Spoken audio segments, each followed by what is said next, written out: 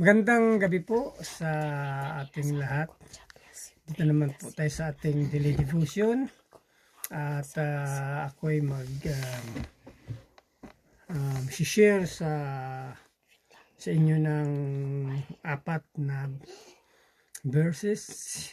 Dito makikita sa kadalawang hari, kapitulo 25, versikulo 1 hanggang 4. Ito po ang sinasabi ng ikasampung araw ng ikasampung buwan ng ikasiyam na taon ng paghari ni Sedekia.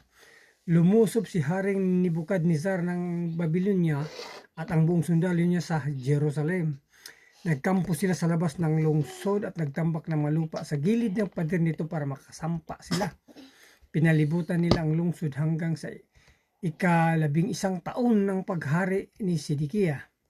Noong ikasiyam na araw ng ika-4 na buwan ng taon ding iyon, matindi na ang tagutom sa lungsod at walang makain ang mga tao. Winasak na ng mga taga-Babylonia isang bahagi ng pader ng lungsod. Kaya naisip ni Sedekia na tumakas sa kasama ang kanyang buong hukbo. Pero dahil sa napalibutan na sila ng taga-Babylonia, naghintay sila hanggang sa gumabi. Doon sila dumaan sa pintuan na nasa pagitan ng dalawang pader, malapit sa halamanan ng hari. Tumakas sila patungo sa lambak ng Jordan. Yun lang po. Maraming salamat. Purihin ang Panginoon. God bless. Isang mapagpalang gabi po sa ating lahat. Ngayong gabi po ang aking babasahin ay mula sa Ikalawang Mga Hari, chapter 25, verses 5 to 8. Hinabol sila ng mga ito at inabutan sa kapatagan ng Jericho at na kanya-kanyang takas ang kanyang mga kawal. Nabiyag si Sedekias at iniharap sa hari ng Babylonia na noon ay nasa lungsod ng Ribla at doon siya hinatulan. Pinatay nila sa harapan ni Sedekias ang mga anak nito. Dinukot ang mga mata ni Sedekias at dilas siya sa Babylonia na gapos ng tanikala. Na ikapitong araw na ika-5 buwan ng ika-19 na taon ng paghahari ni Nebukadnezar, pinasok ni Nebuzaradan na pinuno ng mga tanod ni Nebukadnezar ang Jerusalem. Yun lang po. Amen. Isang mapagpalang gabi po sa ating lahat. Ang akin pong babasahin yan ay mula sa libro ng Ikalawang Hari, chapter 25, verses 9 to 12.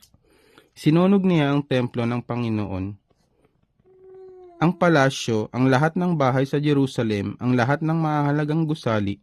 Sa pamamahala niya, giniba ng mga sundalo ng Babylonia ang mga pader na nakapalibot sa Jerusalem, at dinala niyang bihag ang mga natitirang tao sa lungsod, pati ang mga taong kumampi sa hari ng Babylonia. Pero itinira niya ang iba sa pinakamahihirap na tao para mag-alaga sa mga ubasan at bukirin. Amen. God bless po. Magandang gabi po sa ating lahat. Ang babasahin ko po ngayon ay mula po sa Ikalawang Hari, chapter 25, verse 13 to 16. Sinira ng mga taga-Babylonia ang mga kagamitan sa templo ng Panginoon. Ang mga haliging tanso, mga karitong ginagamit sa pag-iigib, at ang malaking lalagyan ng tubig na tanso na tinatawag nilang dagat. At dinala nila ang mga tanso sa Babylonia. Kinuha rin nila ang mga kawali, mga pala, mga panggupit ng mitsa ng ilaw, mga mangkok at ang iba pang tanso na ginagamit sa templo. Kinuha rin ni Nebuzaradan ang mga lalagyan ng baga, mga mangkok at ang iba pang mga gamit na ginto at pilak.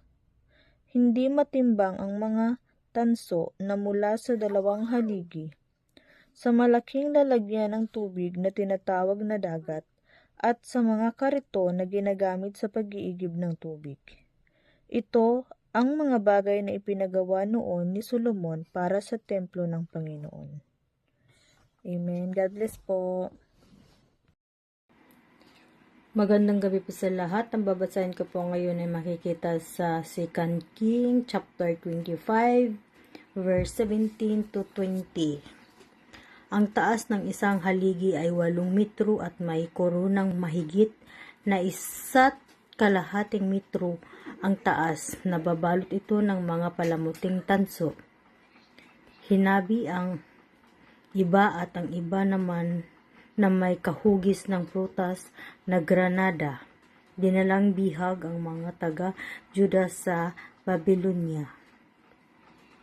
Dinala sa Babylonia ang mga taga-Juda kasama sa mga nabihag ni Nebuzaradan, ang pinakapunong paring si Siraya, ang kanang kamay nitong si Zephanias at ang tatlong bantay pinto.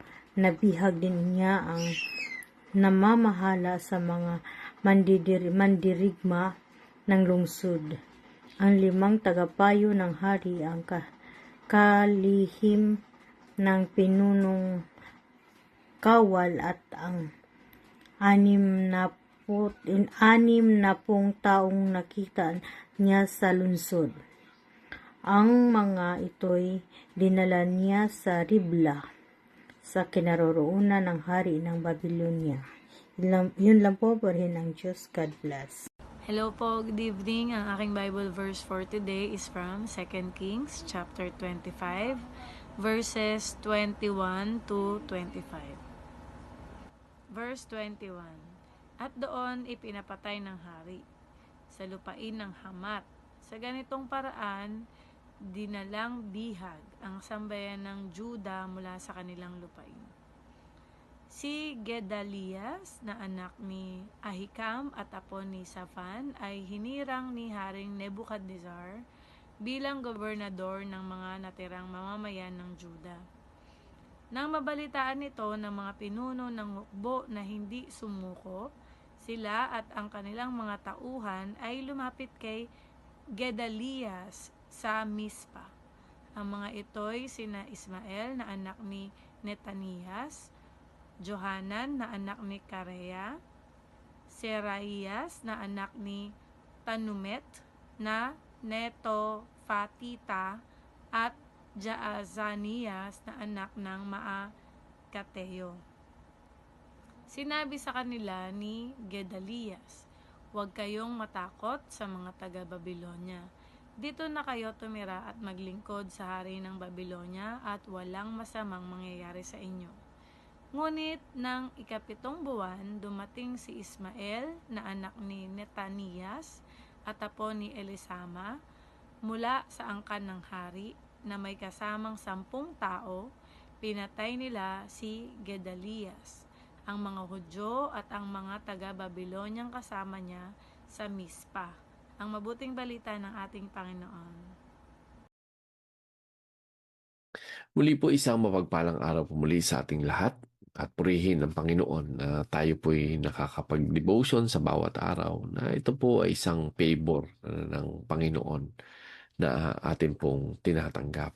At dito makikita po natin sa itinalaga po sa atin yung 2 Kings, no, chapter 25 verse 26 to 30, na kung saan dito po ay pinilaya, no, si Jehoiakim do sa pagkakabilanggo sa kanya. So dito nung 7 taon ng pagkabihag, no, kay Haring Jehoiakim ng Juda, pinalaya siya ni Haring Evil, no, Muradak ng Babylonia nang ito'y magsimula maghari.